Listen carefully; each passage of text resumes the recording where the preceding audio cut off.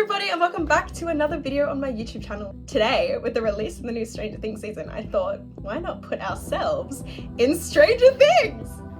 Won't be spoiling anything, just an FYI. So this is going to be a photo editing tutorial, but we're going to do it in After Effects, and you can make this as a video as well. So for this tutorial, you're going to need After Effects and all of the free assets that I will be providing in the link description thingy in the description. Yep, so that way you guys can follow along and hopefully learn something from this as well.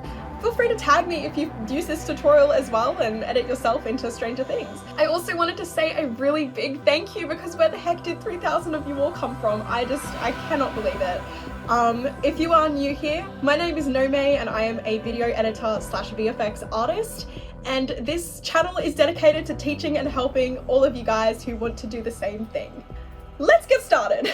Alrighty guys, so this is my asset pack. It will have everything that I have used, every preset and animation available for free on the description of the video. So this is what we're going to be making today. There'll be a picture version and an animated version, because by default all the presets are animated. Now, we don't mind how goofy this looks, okay? But we did a little bit of acting here, pretending to kill a Demogorgon, and well, anyway, here are the references that I used, and I went onto Sketchfab to download a 3D model of a Demogorgon. This one was thankfully rigged, so I could bring it straight into Blender and import it in, so that way I could begin posing. Now do not fear, you will not have to do this. As long as you guys take a similar angled photo or video, then the presets that I've provided will work just fine for you guys as well. What I did next was bring in my background plate, so that way I could try to pose and match up the angle of the Demogorgon to the picture that we took. For this photo, we kind of just angled it up at the sky, and it seemed to work pretty well. Now it's time to take it into After Effects! So I started by rotoscoping myself out, and upon zooming in, I noticed there was a little bit of funky business happening with my hair. So what I did was I pre-composed my rotoscope and I drew a mask,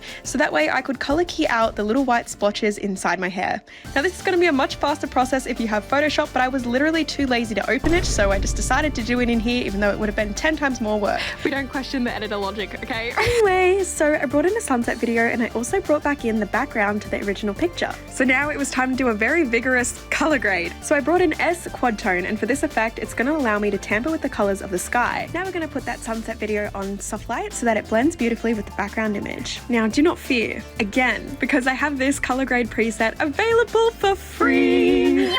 This took me a while to try and get it right. Color grading isn't really my strong suite, to be honest, but I tried my best to try and match it to the background. Slay. And now it's effect time. So the first effect of the day is S Emboss Shiny. Now I did this effect because I noticed that Demogorgons look a little bit wet, and this effect achieves that pretty much instantly, which is exactly what we want. Yay! And now it's time to aura farm a little bit, so we're going to add S Glow Aura. You guessed it.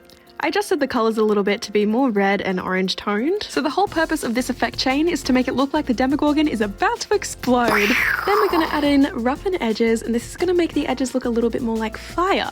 Pretty lit. Now Old Mate's looking a little bit chopped, so we're going to have to add in some vector blur to make it look a little more like veins. And now we just got to readjust the glow aura just to help sell the effect a little bit more. And there we go, now he's looking a bit more badass in the moments before he passes away. And now we're going to duplicate the Demogorgon, and then for this layer I'm going to make it more orange just to help enhance the brightness. And once again we're going to amp up the vector blur to help it blend in more with the background. Time to duplicate the Demogorgon yet again, and we're going to add in some edge rays. This is going to create a light burst. Now, an alternative for this effect if you don't have Sapphire is actually CC Light Burst. And what I did here was I just adjusted the brightness and the color until I got something that I was happy with. I also set the mode to rays only, so that way it was a little bit less bright around the edges. And adjusted the color again because I'm so indecisive with that. Duplicate the Demogorgon again. Yes, and put on that vector blur again. And we're going to amp this up really high to create some beams that extend from the edge rays. Take a guess of what we've got to do again. Yep, duplicate the Demogorgon. It's actually really simple. You're just going to put the blend mode on soft light, so that way we get a bit more detail at the very top. Now we're going to make some highlights. So I created a solid, and I decided to turn down the opacity and draw a little mask just on the edge of the silhouettes. I did this for both silhouettes, and I thought that yellow looked the most natural, considering that a white light coming from a glowing yellow Demogorgon wouldn't really make much sense. Now we're going to select all the layers for our silhouettes and pre-comp them together. We're going to duplicate that pre-comp, and on the top one we're going to apply a radial gradient. So the reason I'm doing this is to fake a little bit of lighting. So this is going to create a beautiful blend between the point where we are lifting the Demogorgon and the edges of the photo. Having that fade from light to dark is going to help create depth. Now we're going to create a solid. Select black for the color, and then we're going to apply an effect called S-Texture Neurons. Now, this effect looks cooked by itself, but when you add it on a soft blend mode, it actually looks so beautiful with the sky. I have this preset available for you guys as well, but here I am just tweaking the values until I get something that I'm happy with. It creates a really cool veiny effect that helps blend the sky together. So now we're going to duplicate the neuron layer and we're going to adjust some of the values for a bit more variation. So I ended up changing the color and the frequency. Now I encourage you guys to have a play around with this until you get something that you like.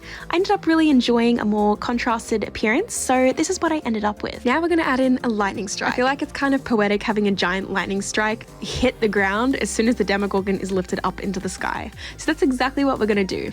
So here I am changing up the values. I decided to make the lightning a bit more red toned instead of orange or yellow because it blended with the sky the best.